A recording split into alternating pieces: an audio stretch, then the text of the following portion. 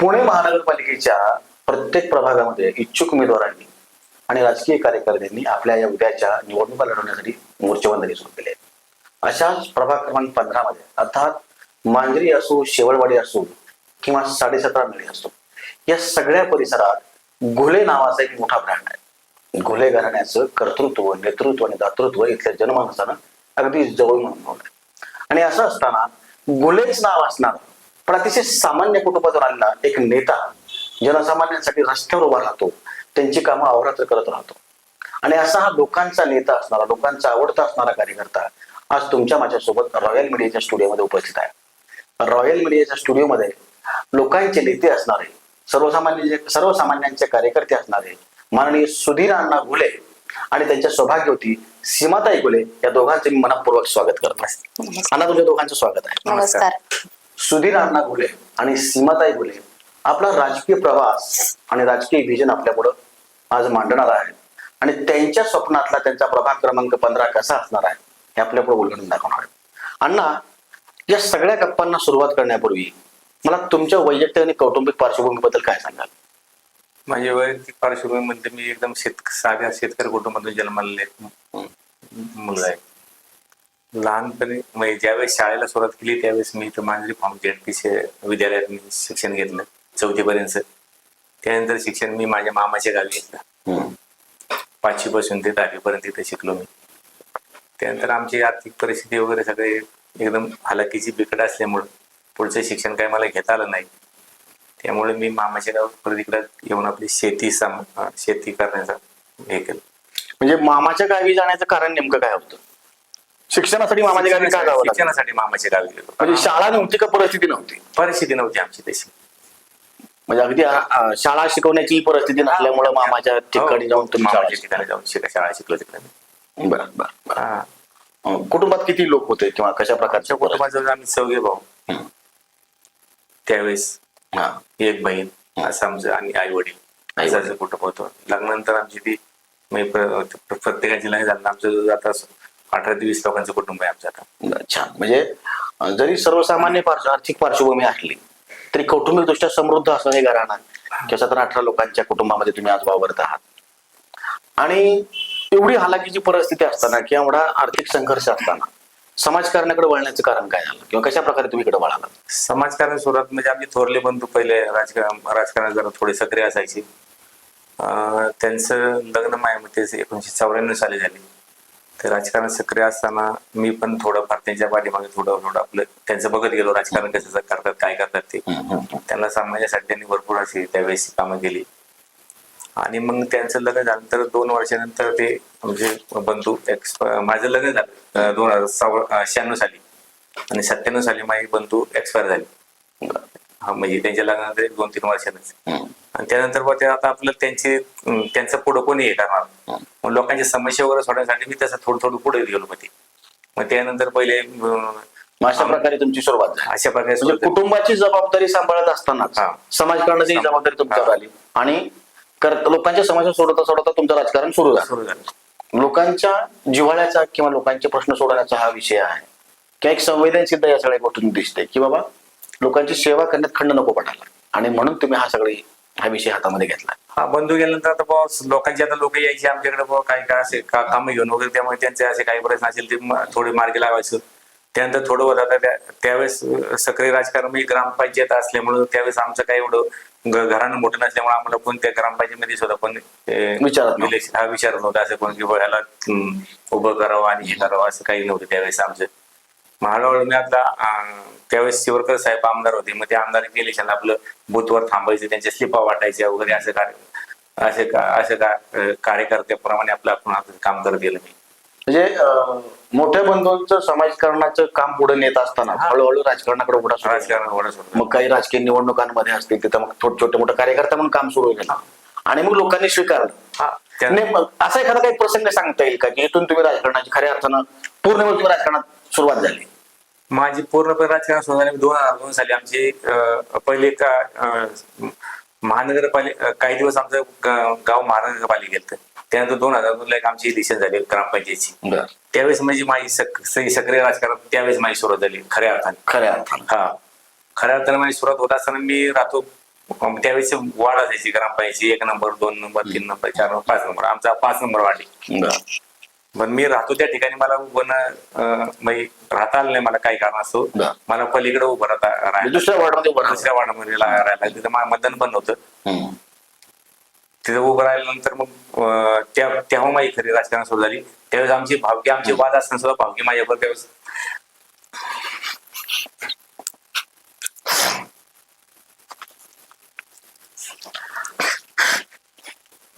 आपण बऱ्याच वेळा भावकीबद्दल असं म्हणत असतो की भावकी ही उन्हाची वाटेकरी असते, पण हीच भावकी जेव्हा आपल्या घरातला एखादा माणूस उभा राहण्याचा प्रयत्न करतो, आपल्या घरातला एखादा माणूस पुढे जाण्याचा प्रयत्न करतो, तेव्हा खऱ्या अर्थानं उभी राहत असते. आणि हीच माणसं खऱ्या अर्थानं आपली माणसं असतात. याची वेळोवेळी आपल्याला जाणीव होत असते. आणि याच्याबद्दलची कृतज्ञता आहे, त्याच्याबद्दलची जी जाणीव आहे ती तुमच्यासारख्या माणसांच्या या जगण्या बोलण्यात आपल्याला दिसते. आणि हेच आपलं बलस्थान आहे किंवा त्या माणसांबद्दलची जी कृतज्ञता आहे, ज्यांनी अण्णांच्या सुरुवातीच्या संघर्षाच्या काळात त्यांना साथ दिली, त्यांच्याबद्दल हा माणूस कसा भावुक होतो, त्यांच्याबद्दल या माणसाच्या मनात किती प्रेम आहे किंवा डोळ्यात कसे अश्रू येतात हे आपण बघतो. काही अगदी मुलाखतीच्या सुरुवातीला जेव्हा मी अण्णांना विचारलं की तुमच्या राजकीय प्रवासाची सुरुवात कशी झाली, राजकीय प्रवासाची सुरुवात होताना तेव्हाचा संघर्ष आहे किंवा त्यावेळी त्यांना ज्या लोकांनी साथ दिली त्यांच्या आठवणीतच अण्णा भावुक झाले. काय नेमकं कारण आहे या सगळ्या गोष्टींचं? कारण ज्यावेळेस आमच्या संघ कुणाचा संबंध चांगला नसताना मग त्यांनी एवढा आधार दिला त्या लोकांनी की अण्णा तू उभं राहिलंच पाहिजे.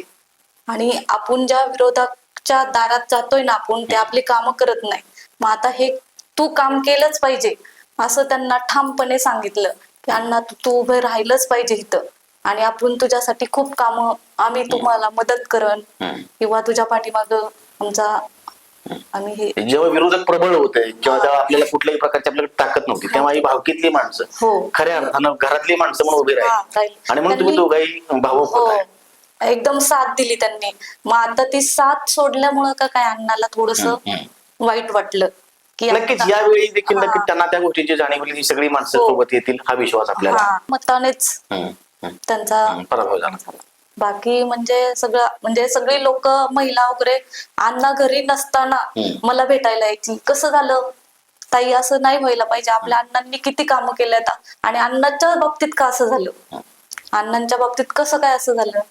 तर काही लोक तर अक्षरशः मला अण्णांची भेट नाही झाली तर मला घरी बोलावलं आणि ताई आमच्या अण्णा पडले त्यामुळं आम्हाला जेवणही जात नाही, आमची चूल पण पेटली नाहीये, आम्ही स्वयंपाक सुद्धा बनवला नाही, असं मला घरी बोलून त्यांनी त्यांचं लोकांचं खऱ्या अर्थानं प्रेम मिळवणारा, लोकांची खऱ्या अर्थानं मन जिंकणारा हा माणूस आहे आणि तो या लोकांचा नेता आहे आणि म्हणून लोकांचं तुम्हाला सगळ्यांना प्रेम मिळत आहे. आणि अक्षरशः आमचं ज्या वेळेस 12 मतांनी अण्णा पडले ना, त्यावेळेस अक्षरशः लोक माझ्या घरी येऊन गर्दी केली आणि एवढे रडायला लागली लोक की आम्हाला अण्णाला भेटायचंय, अण्णांची काय स्थिती असेल त्यावेळेस असं हे करायला लागले. त्यावेळेस मला अण्णा सुद्धा भेटले नाहीये, ते डायरेक्ट म्हणजे बाहेरच थांबले. मला म्हणजे नाही का त्यांना थोडस हेच वाटलं असेल की आपलं एवढं काम करून आपल्यात का हारपत करायची, थोडं वाईटच वाटलं असेल त्यांना. आता जनतेला वाटलं म्हटलं त्यांना साहजिकच आहे ना की जी खऱ्या आपली ओळख, आपली वेळ जाणतात, आपला प्रसंग जाणतात, आपल्यावरचं संकट जाणतात आणि उभी राहतात. आणि अशी माणसं तुमच्या नशिबात आहेत. पण ते आता नाही, त्यांना वाटतंय आता ते पुन्हा येतील. पण राजकारणातली सुरुवात झाली, खऱ्या अर्थानं सक्रिय राजकारणात तुम्ही आले. पहिली निवडणूक कधी लढलात आणि त्या निवडणुकीबद्दल नेमकं विशेष असं सांगण्यासारखं काय आहे? मी पहिली निवडणूक 2002 साली लढलो मी. पहिली निवडणूक लढताना माझा प्रभाग क्रमांक 5 असताना मला काय कारणास्तव 6 नंबर इलेक्शन लढायला लागली. तिथूनच खरं माझं चॅलेंज सुरू झालं. माझ्या घरातली पण मदत तिकडे नसताना मी तिकडे मला लढायला लागली. भावकीची मदत नव्हती, माझी कोणाची मदत नव्हती. मी दुसऱ्या वार्डात अचानक मला तिथं इलेक्शन लढायला लागली. त्यावेळेस मला राजकारणातलं एवढं म्हणजे काय असं काही नव्हतं की बाबा कसं लढ कुठं पहिलीच निवडणूक, पहिली उमेदवार नौखा आणि दुसऱ्या वार्डात लढावं लागतं. इथून चॅलेंजची सुरुवात झाली. तिथून चॅलेंज सुरू झाल्यानंतर बाबा मला पॅनल मध्ये कोण घेते नाही घेते तरी मला म्हणजे विचारणा झाली की बाबा तुम्ही तिकडनं लढणार का, इकडनं नाही पण तुम्हाला तिकडनं तिकीट मिळू शकतं बाबा. मग तिथं तिकडनं तिकीट मिळायचं आम्ही प्रचार म्हणजे चिन्ह वाटप वगैरे सगळं पॅनल वगैरे फिक्स झालं, चिन्ह वाटप वगैरे सगळं झालं. आम्ही प्रचाराला लागलो. 10-15 दिवसाचा काय असेल तो प्रचार आम्ही आमच्या जोमानी करत राहिलो. जोमानी करत असताना आम्ही सगळं व्यवस्थित आणि त्यावेळेस माझी भावकी म्हणजे महत्वाची ती माझ्या विरोधात असताना सुद्धा माझ्या संग खांद्याला खांदा लावून प्रचाराला उभी राहिली. तेच मोठं म्हणजे त्यावेळेस माझं म्हणजे ते गुडविल भले शेजारच्या वाटात उभं राहावं लागलं, पण तुमच्या भावकीतली जी माणसं आहेत, विरोध असताना आमच्या घरात भावकीचा विरोध असताना सुद्धा माझ्या संग ती प्रचार ताकदीने उभे राहिले. खांद्याला खांदा लावून उभी राहिली माहिती. तिथून खांद्याला खांद्याला उभं राहिलं असताना मग ज्या दिवशी इलेक्शनचा ऍक्च्युअल दिवस आला म्हणजे मतदानाचा, त्यावेळेस आम्ही आपलं बूथवर थांबला असताना बाबा नमस्कार लोकांना एकत्र करत बाबा मा चिन्ह सांगायला सुरुवात केली. माझं विमान चिन्ह होतं, माझे विमान चिन्ह होतं. मी सांगत लोकांना की मी असं नमस्कार करून चिन्ह सांगत. आणि मतदानाला एक महामित्र गेला सुनील देवकर म्हणून, त्यावेळेस बॅलेट पेपर मतदान असायचं बॅलेट पेपर. तो मतदानाला गेला असताना ज्यावेळेस आतमध्ये मतदान केंद्रात गेला त्यावेळेस त्यांनी बोटाला शाई लावून बॅलेट पेपर हातात घेतला असं हे करून. त्यावेळेस त्यांनी बघितलं ते चिन्ह मला त्यावेळेस विमान असताना स्वतः ह्याच्या बॅलेट पेपर कुऱ्हाडी चिन्ह आलं.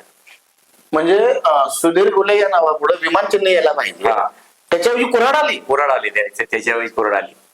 आणि मग काय झालं, मग तो माझ्याकडे तो बॅलेट पेपर तिथं हे न करता तो बॅलेट पेपर माझ्याकडे घेऊन आला बाहेर.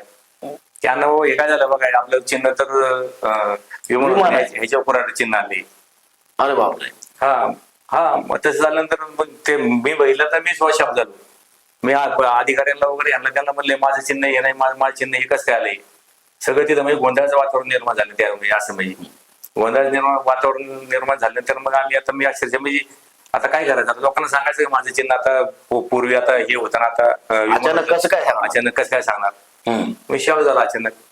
आणि मी अक्षरशः तिकडं पलीकडे रोडच्या हायवेच्या पलीकडे जाऊन तिथं हॉटेल होते एक अशोक इंग्रजीचं अशोक भवन म्हणून, त्या कट्ट्यावर जाऊन अक्षरशः मी ढसा रवडले मी त्या ठिकाणी. म्हणजे पहिलंच इलेक्शन आहे, पहिलीच निवडणूक आहे, पहिलाच प्रसंग आहे, आणि एवढा मोठा धक्का एखाद्या नवख्या राजकीय कार्यकर्त्यावर बसणं ही त्याच्या राजकारणाची सुरुवात आहे. आणि एवढ्या चॅलेंजिंग परिस्थितीमध्ये, एवढ्या आघात आणि अपघातांमध्ये सुरू झालेलं राजकारण पुढे जाऊन सर्वसामान्यांच्या हिताचं कसं होत गेलं ते आपण बघूया. पहिल्याच निवडणुकीत एवढा जोरात आघात होणं किंवा राजकीय षडयंत्राचा बळी होणं आणि या सगळ्या प्रसंगातून सावरणं ही सोपी गोष्ट नाही. तुम्ही स्वतःला कसं सावरलं आणि पुढचा राजकीय प्रवास कसा सुरू ठेवला. त्या दिवशी मी निश्चित ठरवलं की त्या दिवशी मी एवढं रडलो त्या दिवशी मी, आणि घरी येऊन अक्षरशः बसलो. त्या दिवशी मी स्वतःला ठरवलं की मी आधी कोण आपला कोण नेता नाही कोणी काय नाही, आपलं आपण स्वतःच अस्तित्व तयार करायचं. त्या दिवसापासून मी सुरुवात केली माझं अस्तित्व निर्माण करण्यासाठी, लोकांचे जाऊन काम करणं, हे करणं, लोकांच्या काही समस्या सोडवणं, बरेचसे असे काही हे केले मी. आणि मी ठरवलं की बाबा पुढची इलेक्शन जी लागते ती आपण स्वतःच्या हिमतीवरती लढायची, आपल्याला कोण नेता नाही कोण अपक्ष म्हणून इलेक्शन लढवायची हिमती. आणि त्यानंतर 2007ची इलेक्शन लागली ती. त्या इलेक्शनला मग मी स्वतः ठरवलं की बाबा आता आमच्या, त्यावेळेस माझी भावकी पण माझ्या बरोबर त्यावेळेस दुसऱ्या इलेक्शन तर मग एकदमच भावकी माझ्या बरोबर होती. पहिली तर नव्हती नसताना स्वतः माझ्या बरोबर आली खांद्याला खांदा, पण दुसऱ्या इलेक्शन तर माझ्या बरोबर पहिल्यापासूनच होती. त्या सगळ्यांना जाणीव झाली की आपल्या अण्णावर अन्याय झाला, अन्याय पुन्हा एकजुटीनं तुमच्यासोबत उभे राहिले. 2002च्या निवडणुकीतला हा मोठा झटका, हा मोठा आघात, त्यानंतर लोकांमध्ये मिसळणं, लोकांची पुन्हा कामं करायला सुरू करणं, पुढच्या इलेक्शनसाठी, पुढच्या राजकारणासाठी कंबर बांधणं, या सगळ्या गोष्टी करत करत 2007 साल उजाडलं. आणि मग 2007ची इलेक्शन तुम्ही कशा प्रकारे तिची तयारी केली, कशा प्रकारे लढवली. मी 2002 पासून जी माहिती तयार चालू केली की लोकांच्या मिसळ, लोकांची कामं करणे, काय समज असेल ते करणं. त्यामुळे मला आता ते माहिती झालं होतं की कशी इलेक्शन लढायची, काय करायचं. आता लोकांची पण तेवढी मला भावकीची वगैरे सगळ्यांची साथ होती. लोकांनी पण लोकांतूनच होती की बाबा आता तुम्ही उभे राहा, आम्ही तुमच्यासाठी काम करू 100%. त्यामुळे मी स्वतःच माझे पॅनल उभे केलं. मी आमच्या 5 नंबर वार्डमध्ये ओपन पुरुष एक, ओबीसी महिला आणि एससी पुरुष असं त्यावेळेस आरक्षण झालं होतं.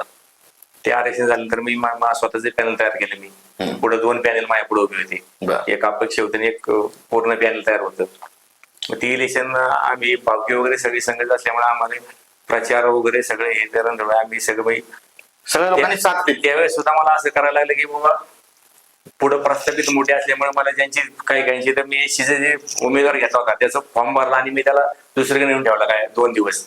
2002च्या इलेक्शन एवढं काही शिकवलं हा. होतं की 2007 मध्ये तुम्ही सगळ्या गोष्टींची काळजी घेतली. सगळ्या गोष्टीची काळजी घेतली. मग बुवा आपण आपलं काय करणार बुवा याच्यावर दबाव नको यायला, काय नको यायला, माघारी घ्यायला नका लागला. त्यासाठी मी त्याला 2 दिवस बाहेर नेऊन ठेवलं मी अक्षरशः, याच्यावर दबाव नको यायला म्हणून. हा हा त्याला बाहेर नेऊन ठेवलं तर म्हणजे ज्याशी चिन्ह वाटप होतं सगळं ते माघारी वगैरे जाऊन चिन्ह वाटप होतं, त्या दिवशी त्याला मी तिथं आणलं तिथं पण चिन्ह वगैरे घ्यायसाठी. हा. आणि तिथून मग पुढं आमचे खरे प्रभाग क्रमांक 5 मध्ये 3ही उमेदवार तुम्हीच तयार केले हा. आणि तुम्ही 3 जणांनाही उभं केलं. 13 जणांना उभे केलं आम्ही स्वतः तयार केलं. मग आमच्या जेवढी आमची कोर कमिटी होती म्हणजे आमची सगळे मित्रमंडळीची सगळ्यांच्या, आमच्यात कोणी पुढे नव्हते त्यावेळेस आमच्या पाठी. आणि सगळ्यांनी मिळून ठरवलं की आपली 3 माणसं आणायची. हा. आणि काय निकाल काय लागला? त्यानंतर आम्ही ती समोर 2 पॅनल आम्ही ते तिरंगी लढत झाली त्यावेळेस तिरंगी झाली. तिरंगी लढत झाली. त्यानंतर आम्ही प्रचार वगैरे एकदम जोमाने वगैरे सगळं काय असेल ते आम्ही आमच्या पद्धतीने केलं पाहिजे. तोडकं मोडकं का असणार पण ते लढले सगळं का हा मग फिरून लोकांच्यात हे करून आम्ही ते लढलो ते इलेक्शन. आणि त्यावेळेस मी माझी 3 शेत निवडून आणली क्या बात, क्या बात. त्यावेळेस. म्हणजे 2002 मध्ये जो आघात झाला होता त्या आघातावर 2007 मध्ये गुलाल लावून 3ही माणसं निवडून आणली. 3 माणसं निवडून आणि खऱ्या अर्थानं पुढारी म्हणून तुमचा प्रवास सुरू झाला. क्या बात, क्या बात. 2007 मध्ये तुम्ही एवढा संघर्ष करून सत्तेत आलात, एक मेंबर म्हणून तुमचं काम सुरू झालं. तर या काळात तुम्ही केलेली काही विशेष कामं तुम्हाला काय आठवतात किंवा काय सांगता येतं? स्टार्टला मला जरा मी विरोधात असल्यामुळे कसं झालं की मला निधी मिळायला वगैरे मला प्रॉब्लेम झाला. मी अपक्षच असल्यामुळे नाही का बाकीच्यांचे पॅनल पूर्ण त्यांचा सरपंच वगैरे असलं मला स्टार्टला प्रॉब्लेम झाला. पण मी सगळ्यांच्यात परत मिळून मिसळून सगळ्यांशी कारण मला स्वभावच एकदम हे की माणसाच्यात आपण लवकर मिसळतो. मी त्यांच्यात मिळून मिसळून मी आपले सगळे हे करून त्यांनी मग 6 महिने मला त्यासाठी गेला की बुवा यांच्या सगळं सरपंच असेल, बाकीचे उपसरपंच असेल, सदस्य असेल काय असे सगळ्यांशी मिळून मिसळून गेला. त्यावेळेस मला काही लोकांनी त्यात नंतर भरपूर सपोर्टिंग केलं. त्यात सुद्धा सरपंचांनी सुद्धा आमच्या त्यावेळेस सरपंच त्यांनी सपोर्टिंग केलं. त्यानंतर आमचे एक कैलास बापू घुले होते त्यांनी सुद्धा, आणि त्यावेळेस अण्णा दारोडकर म्हणून सरपंच होते त्यावेळेस. अण्णा दारोडकर सरपंच होते त्यावेळेस आणि कैलास बापू सदस्य होते. पण त्यांचे त्यांनी तुम्हाला चांगला सपोर्ट केला. आणि यानंतर तुम्ही सगळ्यात पहिलं काम कुठलं केलं होतं? मी सगळ्यात पहिलं काम म्हणजे मला इलेक्शनच्या काळात लोकांनी मला पाणी समस्या मांडली होती पहिले म्हणजे आमच्या आम्हाला पाणी, कारण आमच्याकडे पूर्ण गावाची नळ योजना नव्हती. मग गावाला तसा आमच्याकडे प्रत्येक वाड्यात कोणी असे कोणाचे बोरवेलचे किंवा कोणाचे असे पाणी जोडणं शकेल ते. पूर्वी झेडपीची एक स्कीम झाली होती पण ती बंद पडली होती. त्यानंतर आपल्या गावचं पाणी म्हणून असं कुठल्याही वाड्यावासीमध्ये पाणी नव्हते. त्यामुळे मला इलेक्शनच्या काळामध्ये लोकांनी मला पाण्याची समस्या पहिली मांडली होती. मग त्यावेळेस मी पहिलं मी ज्यावेळेस निवडून त्या दुसऱ्या दिवशी माझ्या स्वतःच्या बोरवेलचं पाणी पूर्ण माझ्या वाढसाठी जेवढं काय असेल तेवढ्यासाठी मी ते पाणी जोडून प्रत्येकाच्या घराघरात मी नळ दिला त्यावेळेस स्टार्टला. म्हणजे गावाची पाण्याची समस्या स्वतःच्या विहिरीचं पाणी त्यांना देऊन बोरवेलच्या पाण्यानं तुम्ही ते सोडवली. आणि तुमचं पहिलं सगळ्यात मोठं काम, सगळ्यात आठवणीत राहिलं काम. हा क्या महिलांची समस्या पहिल्यात सगळ्यात आधी मी ती सोडवली, पाण्याची प्रश्न तो. सीमाताई, मला तुम्हाला एक प्रश्न विचारायचा आहे की 2007 साली एवढ्या राजकीय संघर्षातून अण्णा सत्तेत बसले आणि महिलांच्या जिव्हाळ्याचा पाणी पुरवठ्याचा प्रश्न त्यांनी पहिल्यांदा सोडवला. एक महिला म्हणून, गृहिणी म्हणून किंवा त्यांची पत्नी म्हणून तुम्ही या सगळ्या गोष्टींकडे कसं बघता? पहिला प्रथम पाण्याची ज्यावेळेस पाणी नव्हतं ना, म्हणजे वस्तीला पाणीच नव्हतं, ज्यांच्या घरासमोर नळ असून तिथं लोक पाणी आणायला जायची. 1 हंडा दिला, 2 हंडे दिले पाण्याचे नाही. मग मी ह्यांना बोलले आपण पहिलं पाण्याचा लोकांच्या पाण्याचा प्रॉब्लेम सॉल्व्ह करू. टँकर देण्यापेक्षा आपण पाणी देऊ. आपण टँकरने पाणी द्यायचं, पैसे घ्यायचं हे आपल्याला बरं नाही वाटत. त्यापेक्षा आपण पाण्याची त्यांना नळ देऊन एक पाईपलाईन करू, आपण त्यांच्यापर्यंत घरापर्यंत पाणी जाईन, असं त्यांना पण लांब जाण्यापेक्षा जवळ सोयी होईल. अशा ह्यानी मी त्यांच्याशी महिलांची कायमस्वरूपी समस्या सोडवण्यावर तुम्ही फोकस केला. अण्णा ताई असं म्हणतायत की टँकरचा काहीतरी मुद्दा ते मांडतायत, काय नेमकं काय मुद्दी आहे? त्यावेळेस जर मी समजा नळ जोडणी न करता मी जर त्यावेळेस टँकर घेतला असता, विकत पाणी दिलं असतं तर मी आज म्हणजे एकदम मोठा करोडपती पण झाला असतो. मी टँकर माफिया म्हणलं तरी झाला असं. असे हा असा विषय माहिती. त्यावेळेस मी जर लोकांना जर तेच पाणी दिलं आणि मी जर त्यावेळेस टँकर घेऊन जर पाणी विकलं असतं तर आज तुम्ही करोडपती झाले असते. करोडपती झालो असतो मी त्या याच्यातूनच मी. पण मी ते म्हणजे मला माझं हे राजकारण यायचं म्हणजे माझं उद्दिष्ट पैसे कमायचं नाही.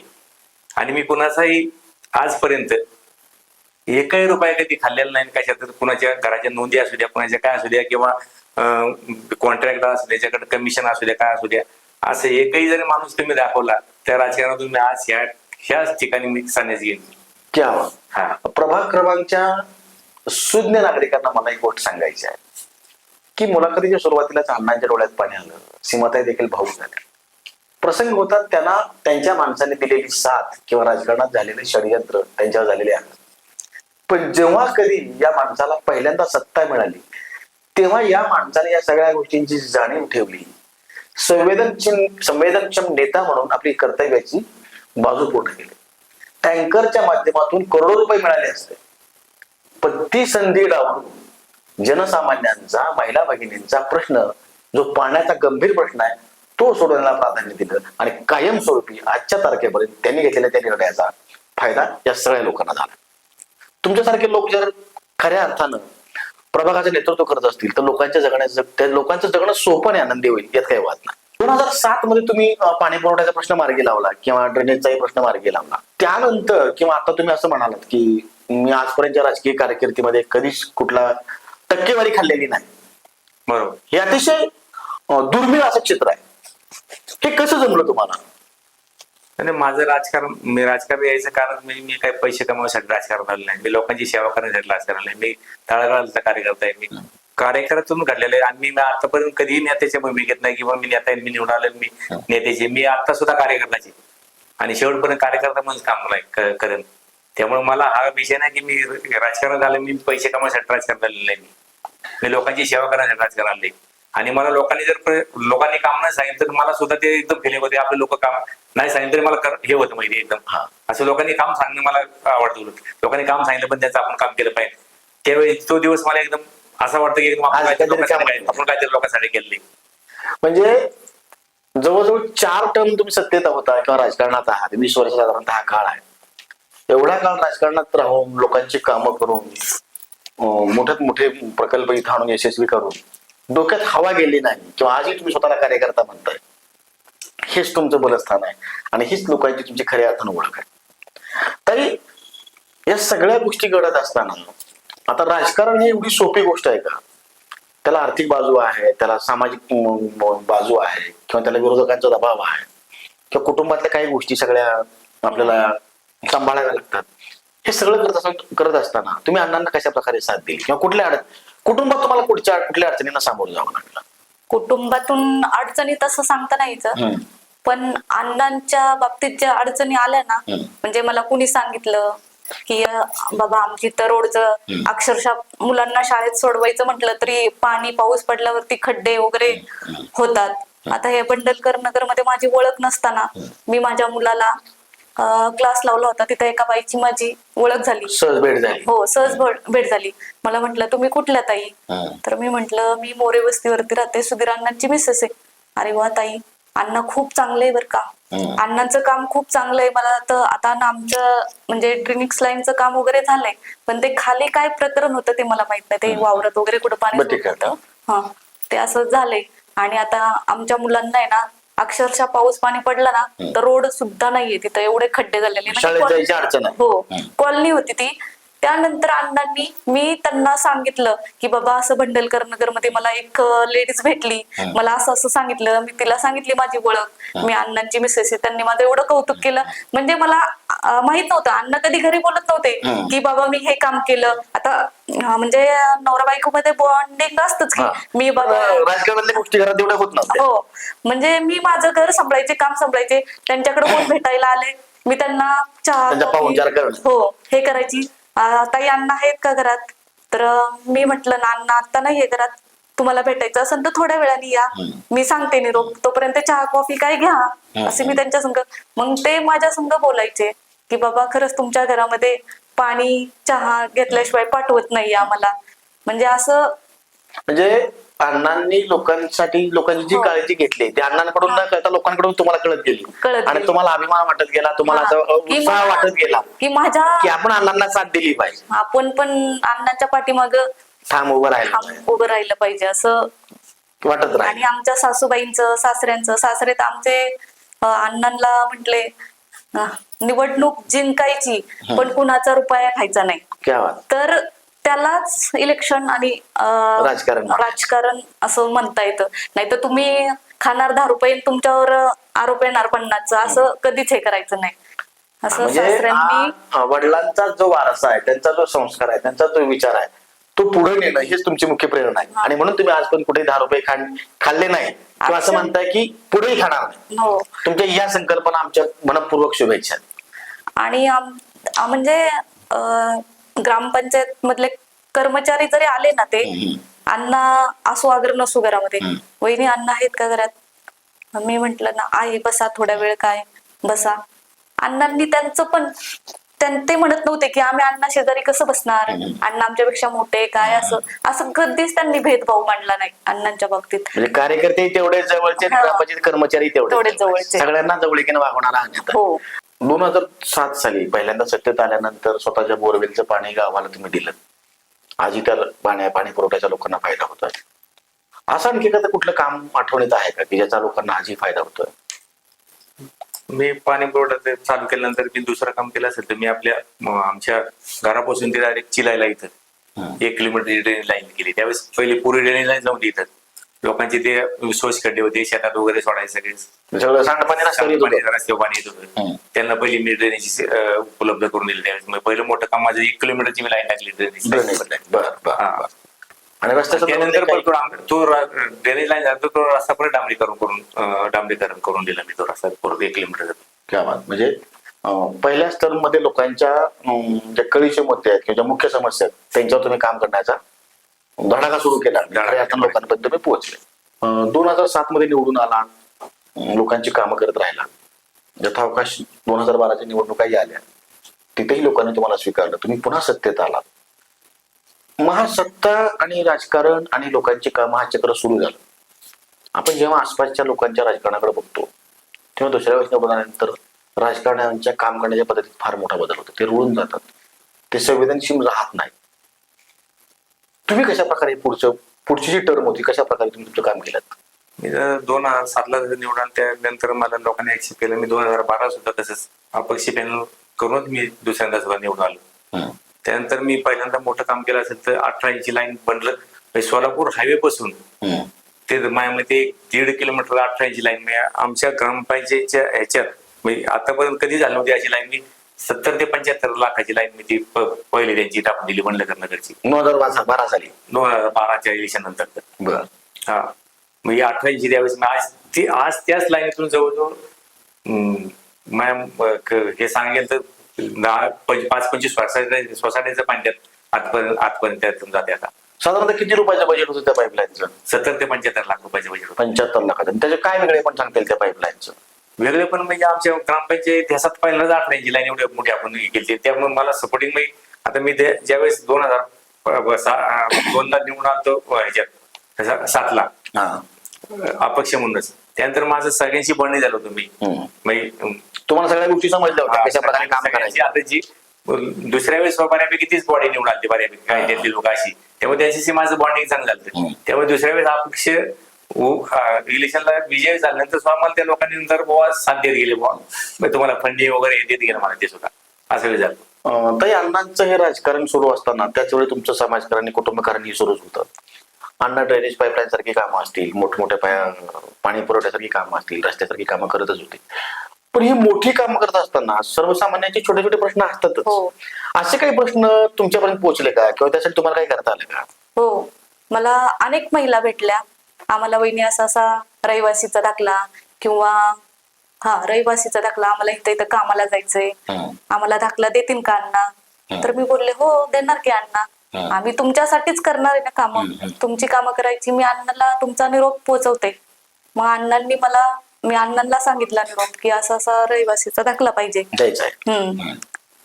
तर आपण देऊ शकतो का? अण्णांनी कुठलाही न विचार करता त्यांनी लगेच स्वतः जाऊन, ते म्हटले पण नाही की तिथं जा का काय, स्वतः जाऊन माझ्या हातात आणून दिला. मी त्या महिलेजवळ दिला. तिला एवढा आनंद झाला. खरंच म्हणले तुम्ही अण्णा तुम्ही वहिनी खरंच घडवता आणि घडून पण घेता काम. अपक्ष म्हणून काम करत असताना सर्वसाधारण असा अनुभव आहे की निधीची कमतरता सगळ्याच अपक्ष असणाऱ्या उमेदवारांना किंवा त्या नेतृत्वाला येत असते. तुम्हाला अशी काही समस्या आली का किंवा त्या समस्यावर तुम्ही कशी मात केली?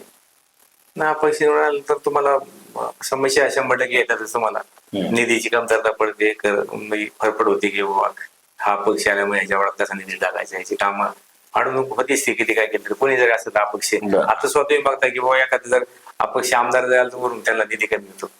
तर मी तर ग्रामपंचायत सदस्य आहे. कशी मात केली तुम्ही याच्यावर? असेच कधी मिळायचा निधी कधी नाही, ह्याच्यात वादिवाद व्हायचे ग्रामपंचायतीमध्ये, सभागृहात वादिवाद व्हायचे.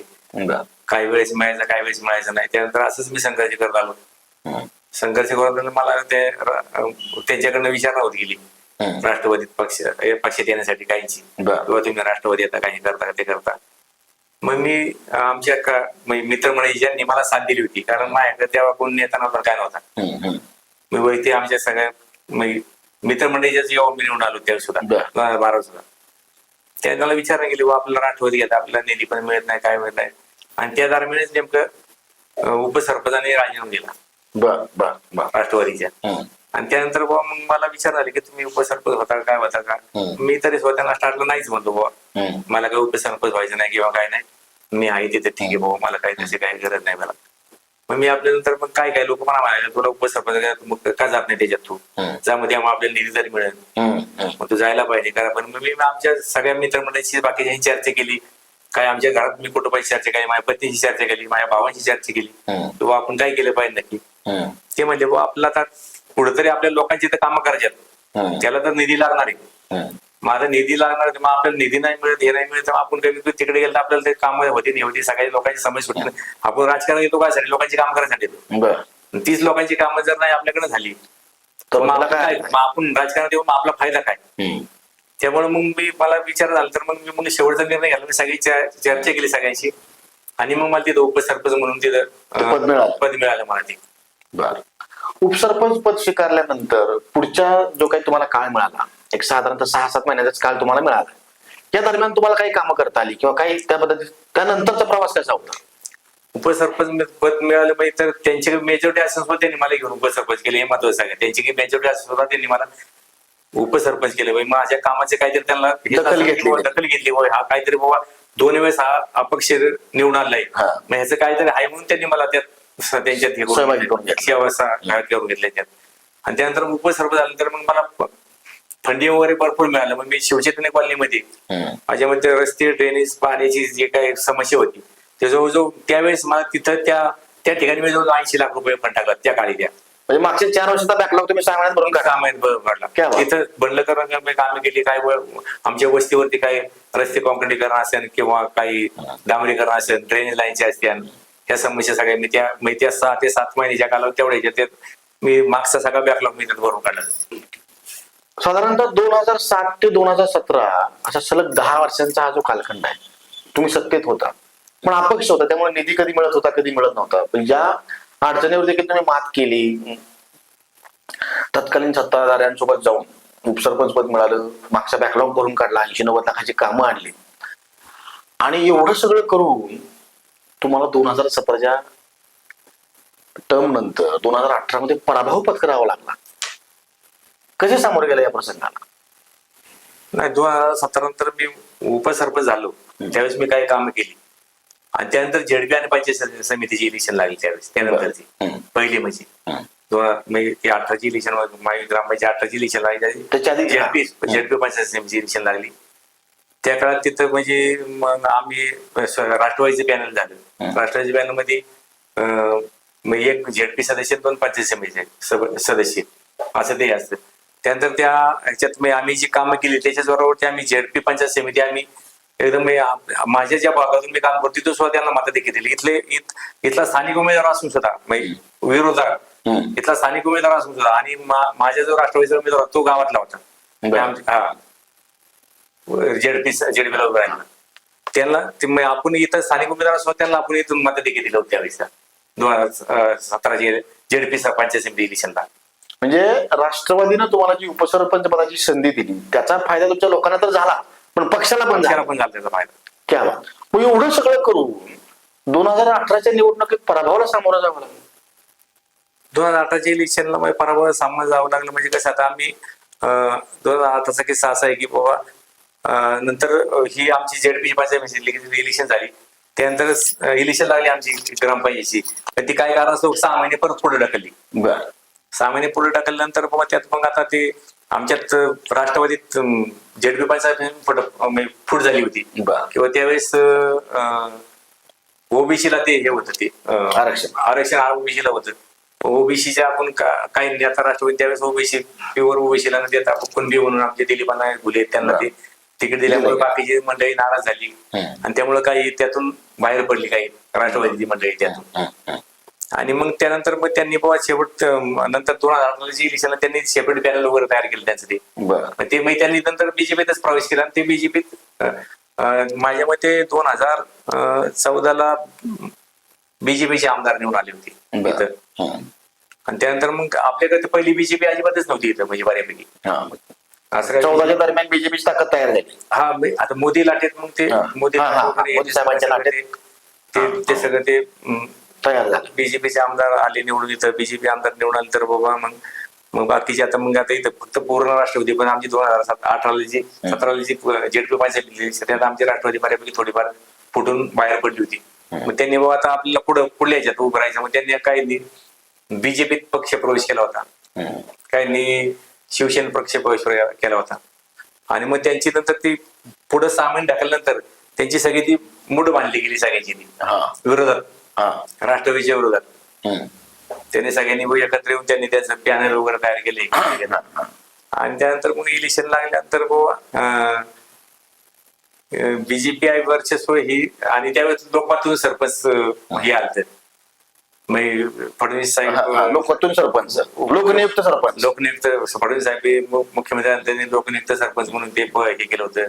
ते पहिल्यांदा सुरू झालं होतं. ते पहिल्यांदा आमचे लोकमतून सरपंच पहिल्यांदा त्यावेळेस ते होते त्या इलेक्शनचं. आणि त्यावेळेस इलेक्शन लागल्यानंतर आमचं पहिला किस्सा असा काढला की आमची आता जेडपी पंचायत आम्ही आमची निवड आली त्यामुळे आम्ही एकदम जोरात होतो एकदम असं. आणि त्यानंतर मग त्या परत ते ग्रामपंचायत इलेक्शन लागताना आमचे ते जेडपी इलेक्शनच्या आनंद असल्यामुळे ग्रामपंचायत इलेक्शन त्यावेळेस आमची ती दुर्लक्ष मतदार यादी येते तीच मुळात बिगर फोटोची मतदार यादी आली. त्यावेळेस आमच्या ते काय डोक्यात आलं नाही ते काय किंवा ही बिगर फोटोची आली काय हे ते काय. आम्ही आमच्या ह्याच्यात आपल्या इलेक्शनला सामोरे गेलो. आम्ही राष्ट्रवादीचा पॅनल झाला, बीजेपीचा सेपरेट पॅनल झाला, राष्ट्रवादीला लोकांचे सरपंच निवडून आमचे राष्ट्रवादीचे एक उमेदवार राहिला, बीजेपीचा एक उमेदवार राहिला. त्यातून आता ही पहिली मतदार यादी बिगर फोटोची आल्यामुळे ती थोडं नंतर प्रॉब्लेम इलेक्शन चुकली सगळी चुकली. आणि त्या काळात मी बोगस वोटिंग पण झाला असा बराच प्रकार घडला असा त्यात ऐकायला मिळतं असं की बाबा बिगर फोटोची मतदार यादी असल्यामुळे डुप्लिकेट आधार कार्ड वगैरे तयार करून ते काय बोगस वोटिंग झाले. ह्याच्यातून आमची राष्ट्रवादीचे फक्त 5 सीट निवडून आली. बीजेपीचे सरपंच आणि बाकीची 13 सीट असेल त्यांचं ते सगळे एवढं हे झालं आमच्या त्यावेळेस माझा आगे 12 मतांनी पराभव झाला विषय त्यावेळेस. म्हणजे एकंदरीतच जेडपी पंचायत आणि 12 मतांनी पराभव झाला. आणि मला मी ज्यावेळेस काउंटिंगला होता आम्ही त्यामध्ये त्यावेळेस स्टार्टला मला सांगितलं की तू निवडून आलेला आहे. सुधीर भाऊ गुले 12 मतांनी निवडून आले. आणि आम्ही बाहेर पडणार त्यावेळेला असं अचानक लगेच जस्ट मग तिसऱ्या मशीनच्या अधिकाऱ्याला सांगितलं नाही थांबा तुम्ही नाही आली, तुमच्या विरोधात 12 मते निवडून आले. मग मी एकदम मला दाखवा तुम्ही मला पहिले 12 मते डिक्लेअर केलं, तुम्ही असं काय म्हणताय. मला रिकाउंटिंग का तुम्ही रिकाउंटिंग घ्या म्हणले. ते म्हणले नाही तुम्ही तुमच्या जे मशीनवर असेल ना हे करणार पदाधिकारी तुमच्या सहाय्य केले त्या रिकाउंटिंग होणार नाही.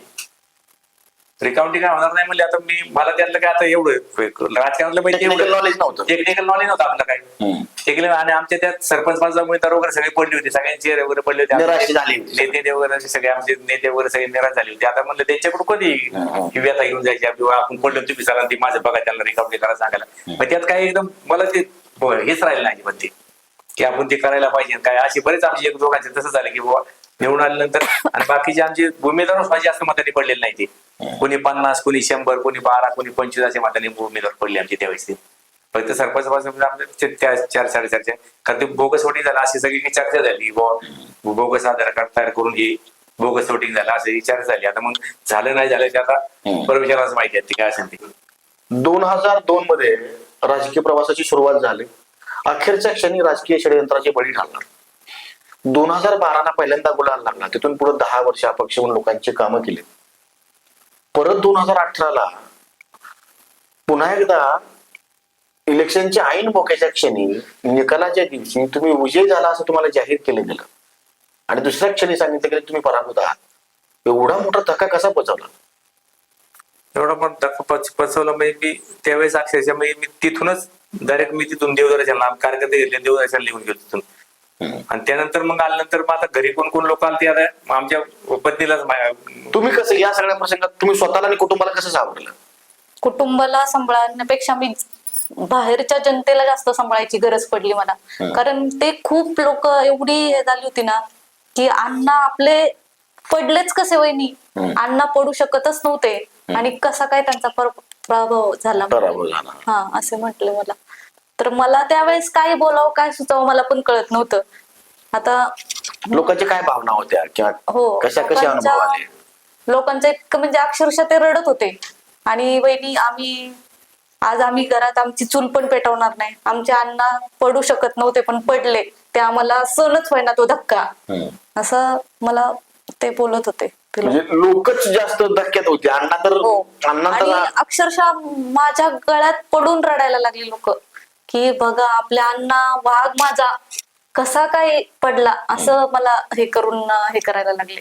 तर मला बोलणं काय सुचतच नव्हतं. मी काय बोलू आता? मला तर पूर्ण ह्यांचं हे झालेलंच. मला तो धक्का बचू का ह्यांचा जनतेचा नाही का. म्हणजे ते घरी येऊन लेडीज खूप यायच्या, म्हणजे ज्यांचे हे आहेत ना ते रिलेटिव्ह असे त्या लेडीज यायच्या. आपल्या अण्णा कसे झाले काय, कसं 12 मतांनीच कसं काय, 6 मतांनीच कसं काय, हे बोगस मतदानच झाले. मला असे लोक हे करायला त्यांची भावना व्यक्त करतात. हो त्यांची भावना व्यक्त करायची. म्हणजे अपक्ष म्हणून जरी काम करत असला त्या त्या काळातली कामाची पद्धत किंवा लोकांबद्दलची तळमळ लोकांच्या मनात कायमस्वरूपी रुजली गेली आणि म्हणून अण्णांचा पराभव फक्त अण्णांचा पराभव न वाटता जनतेला आपला पराभव वाटला. हा असं झालं. एवढा बंद निर्माण झाला, एवढ्या लोकांबद्दलची बांधिलकी निर्माण झाली. पण 2018 नंतर आजच्या 2025 पर्यंत तुम्ही अजिबात सत्तेमध्ये नाही आहात. म्हणजे दरम्यानच्या काळात तुम्ही लोकांसोबत कशी नाळ जोडली किंवा लोकांची कामं कशा प्रकारे तुम्ही पुढे करत गेला? आता 2018 नंतर मी पडल्यानंतर आमचे 2019ला इलेक्शन लागली आपली विधानसभेची. मी राष्ट्रवादीत त्यावेळेस आलोच होतो ऑलरेडी. मी आता विधानसभेची इलेक्शन नंतर आमच्याकडनं चेतन पाटील आपले चेतन विठ्ठलराव तुपे पाटील हे आमदार केला उभे राहिले. त्यावेळेस सुद्धा आम्ही जी कामं केली ती बोली. मी जरी पडलो असलं तर लोकांची साथ आमच्या बरोबर होती त्यावेळेस ती. आणि लोकांना त्याचा राग होता किंवा ही लोक पडली कशी आहे. म्हणजे गावातून बऱ्यापैकी आमचे सगळे माझे मित्रमंडळी काय आमचे सदस्य असे मी पडलो तशी बाकीची पण 12-13 जण पडली ना, त्याच्या पण डोक्यात तो राग होता की आपण पडलोय. आणि त्या हिरिरीने आम्ही आमदारकीला असं काम केलं त्यावेळेस की आपण पडले वय आमदारकीला असं काम केलं की आम्ही त्यावेळेस म्हणजे अक्षरशः म्हणजे लोकांच्या हाऊस घरोघर आम्ही प्रचार केला एकदम आमदारांचा. आणि त्यावेळेस आमदारांचा मला वाटतं 2700 काहीतरी मतांनी का 2800 मतांनी आमच्या आमदार चेतन पाटील निवडून आले. पराभवाचा वचपा आम्ही असा काढला की आम्ही आमदाराला निवडून दिलं. आमच्या ग्रामपंचायत पराभवाचा वचपा आम्ही असं काढला की आम्ही आमदारकी आम्ही खिचून आणली आमच्या मतदारसंघात. पहिल्यांदाच राष्ट्रवादीचा आमदार आमच्या हडसर मतदारसंघात विजय झाला त्यावेळेस. क्या बात. म्हणजे यश येऊ दे अपयश येऊ दे, जय होऊ दे किंवा पराजय येऊ दे, कुठल्याही काळात तुम्ही झुकला नाही किंवा रडला नाही, लढत राहिला. आणि त्यामुळे रडलो सुद्धा पण लढलो पण. क्या बात. म्हणजे या रडण्यातूनच किंवा ही जी तुमची बांधिलकी आहे किंवा ही जी तुमच्या माणसांवरचं जे प्रेम आहे तेच तुमच्या डोळ्यामध्ये पाणी आणते किंवा लोक देखील तुमच्यासाठी रडत राहतात. हेच तुमचं जे प्रेम आहे, हा जो तुमच्यावरचा लोकांचा विश्वास आहे, हीच गोष्ट तुम्हाला नक्की पुढे घेऊन जायच्यात काही वाहन नाही. आता सीमा बहिणी, तुम्हाला एक गोष्ट मला आवर्जून विचारायची आहे की आजपर्यंत अण्णा या सगळ्या गोष्टीत पुढाकार घेत होते, तुम्ही त्यांच्या पाठीशी राहत होता, त्यांना साथ देत होता. आता प्रभाग क्रमांक 15 मध्ये सर्वसाधारण महिला गटाचं आरक्षण पडलंय. उमेदवाराची संधी तुमच्या पदरात पडू शकते. तर या गोष्टीकडे कसं बघताय? आता मी महिलांच्या समस्या त्याच्यावरती मी काम करणार. महिलांच्या ज्या काही समस्या काय असतात नेमक्या समस्या आहेत? त्यांना आता पाठीमाग मे मार्च मध्ये पाणीच नव्हतं खूप. त्यांनी मला घरी येऊन येऊन सांगितलं की वहिनी आम्हाला पाणी नाहीये, पाणीच येत नाहीये, कॉर्पोरेशनचं नळ आलेत, आम्हाला का पाणी येत नाहीये. तर मी सांगितलं 1-2 दिवस तुम्ही वाट बघा, पाणी येईल तुम्हाला. तर ते पाणी आलं. मी ह्यांच्या कानावरती घातलं की असं असं झालंय बरं का, पाण्याचं काय प्रॉब्लेम झालाय बघा तो.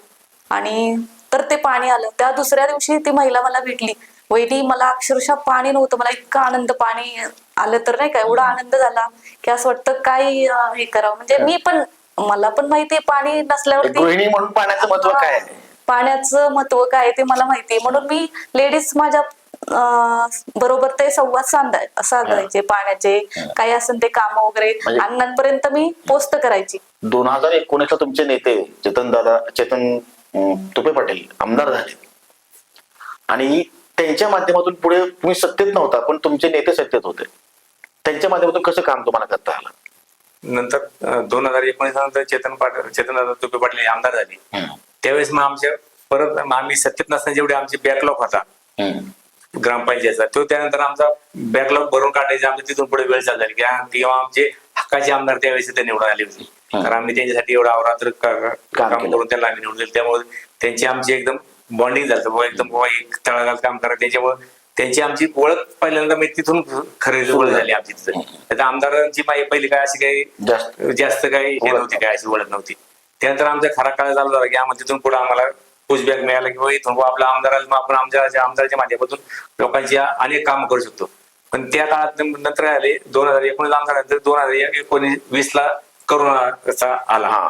मग तो करोनाचा काळ 1-1.5 वर्ष असंच गेला किंवा त्या काळात मग आम्ही लोकांना काही अन्नधान्याची किट असू द्या किंवा त्याचं लसीकरण असू द्या किंवा ह्याच्यात कॉलनी फवारणी असू द्या आपल्या त्या आम्ही त्या आमदारांच्या माध्यमातून आम्ही त्या करून घेतल्या. म्हणजे कोरोना काळातही तुम्ही लोकांची काळजी घेतली. हा 100% लोकांना त्यांच्या मूलभूत गरजा आमच्याकडे लोकांचे त्याचा तुम्ही पुरवण्याचा प्रयत्न केला. 2022 मध्ये कोरोना गेल्यानंतर पुढच्या काळात आमदारांच्या माध्यमातून असेल किंवा इतर कोणा तुमच्या राजकीय पक्षांच्या पाठबळाच्या माध्यमातून असेल, कसा निधी मिळवला किंवा लोकांच्या संपर्कात कसे राहिला? नाही 2000 आता कोरोना संपलं तर मग आम्हाला तिकडनं पण निधी यायला लागला थोडा. कोरोना काळात जो सगळा थांबलेला निधी होता तो आम्हाला तिकडनं निधी मिळायला लागला. मग निधी मिळाल्यानंतर आम्ही रस्ता रुंदी करायचे असू द्या, कॉन्क्रीट करायचे असू द्या, ड्रेनेज असू द्या, असे आमदारांनी त्यानंतर एवढं सहकार्य केलं की आम्ही सांगत तिथं आमदारांनी मला एवढं सहकार्य केलं की मी सांगत तिथं आमदारांनी मला फंड दिला आणि ते लोकांची मी त्याप्रमाणे तशी कामं करत गेलो. मी एखादं मोठं काम सांगताय? एखादं मोठं काम म्हणजे आता आमचा हा चिलाईपासून जो रोड आहे हा पूर्ण आमच्या वस्तीपर्यंत किंवा तिकडं काळबाई मंदिरापर्यंत तिकडच्या साराच्या चौकापर्यंत हा रोड जर तुम्ही बघितला असा ना, अक्षरशः याच्यातून लोक असे माहिती का गाड्या बिड्या अशी घसरून पडायची, लहान मुलं शाळेची वगैरे, दवाखान्यात जाणारी वगैरे असे, म्हणजे इतका रस्ता असा होता की तो आता बघा, आता तुम्ही बघितला असेल तर रस्ता ऍक्च्युली तर त्याची अशी दुरावस्था होती की त्याला एवढले खड्डे होते जवळजवळ आणि रस्ता अरुंद होता पुढे रोडला फक्त. लोकांना जाणे एक जर गाडी तिकडनं कुठं आली तर एक गाडी कुठं साईडला शेती असल्यामुळे साईडला कुठं तरी घ्यायची आणि दुसरी गाडी पास मारती. मग त्या आमदारच्या माध्यमातून आम्ही जवळजवळ कोट्यवधी रुपयाची फंडांना आमदारच्या माध्यमातून रस्त्याची कॉन्क्रीटीकरण असू द्या, ड्रेनेज असू द्या, आम्ही काम आमदारच्या माध्यमातून केली. मांजरी असेल, केशवनगर असेल, 7.5 नाले असेल, या परिसरात बऱ्यापैकी बाहेरून आलेल्या नागरिकांचं वास्तव्य आहे किंवा नोकरदार इथं स्थिरावलेले आहेत, स्थायिक झालेले आहेत आणि त्यांच्या माध्यमातून अनेक सोसायट्या देखील निर्माण झालेल्या आहेत. तर या सोसायट्यांसाठी तुम्ही काही असं काही काम केलंय का ज्याच्यामुळे त्यांना दिलासा मिळाला? हा, त्यानंतर आता आमची मुख्यमंत्री पेयजल जवळ आमची तशी मुख्यमंत्री पेयजल ना तशी 12 मध्ये 2000 आम्ही ग्रामपंचायत असताना 2012 सालापासून चांगलं होती. ते हळूहळू कधी थांबायची, कधी काही निधी आला नाही, काही ती अशी व्हायची ती म्हणजे प्रलंबित होती माहिती ती योजना, मुख्यमंत्री पेयजल योजना. त्यानंतर आमच्या आमदार ज्यावेळेस निवडून आले त्यावेळेस मग आम्ही आमदाराला म्हणलं की आपली योजना काही ठिकाणी थांबलेली, काही ठिकाणी पुढं अडचणी येतात, फंडिंग होत नाही, काय होत नाही. मग आम्ही आमचे राष्ट्रवादी नेते सुरेशांना बोलले, दिलीपांना बोलले झाले, यांची चर्चा केली, बाबा अशी नाही असं आपली थांबलेली योजना आहे, मग आपण आमदारांचे काही करून आम्ही आमदारांनी पाठपुरावा करून अजितदादांना स्वतः त्यांनी सांगून अजितदादा स्वतः इथं 7 वाजता आले ते आमच्या जलशुद्धीकरण केंद्रावरती. बर आणि त्या दिवसापासून खऱ्या अर्थाने मी त्या योजनेला मी एकदम गती आली हम्म. की बाबा तिथून आम्हाला फंडी वगैरे वाचवले आणि तिथून आम्हाला गती आली ती बाबा ही योजना चालू करायची. मग त्यात पण पुढे काय अडचण आली असेल, पुढे कुणी लाईन ड्रेनेज लाईन म्हणजे आपल्या पिण्याची पाण्याची लाईन अडवली काय आली, त्या समस्या आम्ही सगळ्या सॉल्व्ह केल्या. आणि ती लाईन त्यानंतर आम्ही आमदारांच्या पाठपुराव्याने आणि अजितदादांचे आमचे नेते अशा सुरेश अण्णागुले, दिलीप अण्णागुले यांच्या पाठपुराव्याने आम्ही ती पूर्णत्वास आणली. ती लाईनची प्रलंबित लाईन राहिली ती पूर्ण केली आम्ही लाईनची. आणि लाईन पूर्ण केल्यानंतर सुद्धा किंवा लाईन मग पूर्ण झाली पण लोकांना नळ कनेक्शन द्यायचे, कारण महानगरपालिका लाईन द्यायचं ना, म्हणून लोकांना नळ कनेक्शन द्यायची कशी. मुख्यमंत्री पेयजल योजनेच्या माध्यमातून नागरिकांना फार चांगला फायदा झालाय. पण जनरली कुठलंही विधायक काम करताना, कुठलंही मोठं काम करताना अनेक अडचणी येत असतात किंवा विरोधक त्यांच्या पद्धतीने तुमच्यावर काही अडचणी आणण्याचा देखील प्रयत्न करत असतात. म्हणजे एवढं मोठं काम करताना तुमचा अनुभव कसा होता? आमचा अनुभव म्हणजे कसं झालं बा, आम्ही ज्यावेळेस नळ पूर्णत्वास आल्यानंतर बाबा नळ लोकांना कनेक्शन कशी द्यायची, काय करायची याच्या लोकांना म्हणजे ग्रामपंचायत कारपूर महानगरपालिका होती, नळ कनेक्शन याला भरपूर अडचण येतं. मग त्यासाठी काय काय पेपर लागतात, काय कागदपत्र लागतात ते मग आम्ही पहिल्यांदा या संदर्भात आम्ही आमदाराची मिटिंग केली. आमच्या गावातले नेते मंडळी वगैरे आमदार चर्चा केली बाबा हे पाणी नळ कनेक्शन वाटायचे, मग आपला ते ह्यातून कसं काय करायचं, काय काय करायला लागेल त्यातून. मग आमदारांनी अधिकाऱ्यांना फोन केले. मग अधिकाऱ्यांच्या फोन करून सांगितले की बाबा आमचे काय कार्यक्रम तुमच्या काय किंवा या पहिल्यांदा आमदार पहिल्या मिटिंगला आमच्याबरोबर स्वतः आले. स्वतः आल्यानंतर त्यांनी सांगितलं बाबा हे काय यांचे हे काय असं याला तुम्ही सांगा काय कसं काय करायचे, ते काय पेपर गोळा करायची काय किंवा काय काय करायची. मग आमदार पहिल्या मिटिंग आल्यानंतर आम्ही पाठपुरावा चालू केला बाबा की जा तिकडं चक्रा मारा महानगरपालिकेच्या अधिकाऱ्याला विचारा बाबा काय काय. त्यांनी आम्हाला लिस्ट दिली पूर्ण ती की तुम्हाला काय लागते बाबा हे नळ कनेक्शन घ्यायसाठी. मग आम्ही ते लोकांना सांगितलं बाबा असं असं की बाबा लोकांच्या काही काहींच्या तर हाऊसवर जाऊन सांगितले, सोसायटीच्या काही काहींची मिटिंग घेतल्या की बाबा आपल्याला हे असं असं बाबा हे पेपर मिळाल्यानंतर आपल्याला तुम्हाला नळ कनेक्शन मिळेल. ते नळ कनेक्शन मिळेल आम्ही सगळे ते तयार झाल्यानंतर बाबा लोकांना कनेक्शन चालू झाली. लोकांना कनेक्शन चालू झाल्यानंतर लोक आम्ही लायसन डायरेक्ट प्लंबर आणला. आम्ही मान्य पण सांगितलं की तुम्हाला लायसन डायरेक्ट प्लंबर पाहिजे, त्यांच्या मार्फत तुम्ही पेपर गोळा केला तर एवढे पैसे भरायचे आणि तुम्ही लोकांना कनेक्शन द्यायचे. लायसन डायरेक्ट प्लंबर आलं तर मग आम्ही प्रत्येक घराला ह्यांच्या नियमाप्रमाणे महानगरपालिकेच्या नियमाप्रमाणे अर्धा इंचचं कनेक्शन याप्रमाणे आम्हाला त्यांनी सांगितले की तुम्ही अर्धा इंचचं कनेक्शन एका घराला किंवा 25 फ्लॅट असेल त्याला 25 फ्लॅट किंवा एक घर असल्याने तर अर्धा इंचचं कनेक्शन. मग आम्ही लोकांचे ते सगळं त्याचं हे केलं बाबा असं नाही असं आपल्याला कनेक्शन मिळू शकत. तर हे काम करत असताना लोकांच्या विरोधकांच्या जी आरोप झाली की बाबा ह्याच्यातून पैसे काढतात. बरं. म्हणजे बाबा हे नळ कनेक्शन ह्याच्यातून पैसे काढतात. मग मी म्हणलं बाबा आम्ही आता पण म्हणतो की बाबा लोकांनी असं म्हणतात की बाबा तुम्ही पैसे घालता, मी आता स्वसिद्ध करून दाखवा की बाबा अण्णांनी जर 1 रुपया खाल्ला असेल. मी 2 सालापासून मी राजकारण करतोय पण आजपर्यंत ह्याच्यात कधीही 1 रुपया खाल्ला नाही आणि ह्याच्यातही खाल्ला. लोकांचे भरपूर आरोप झाले तरी पण आम्ही ते लोकांचं काम करत आलो किंवा आणि ह्याच्यात आपण कधीही आजपर्यंत रुपया खाल्ला नाही, खाणार पण नाही इथून पुढचं होता.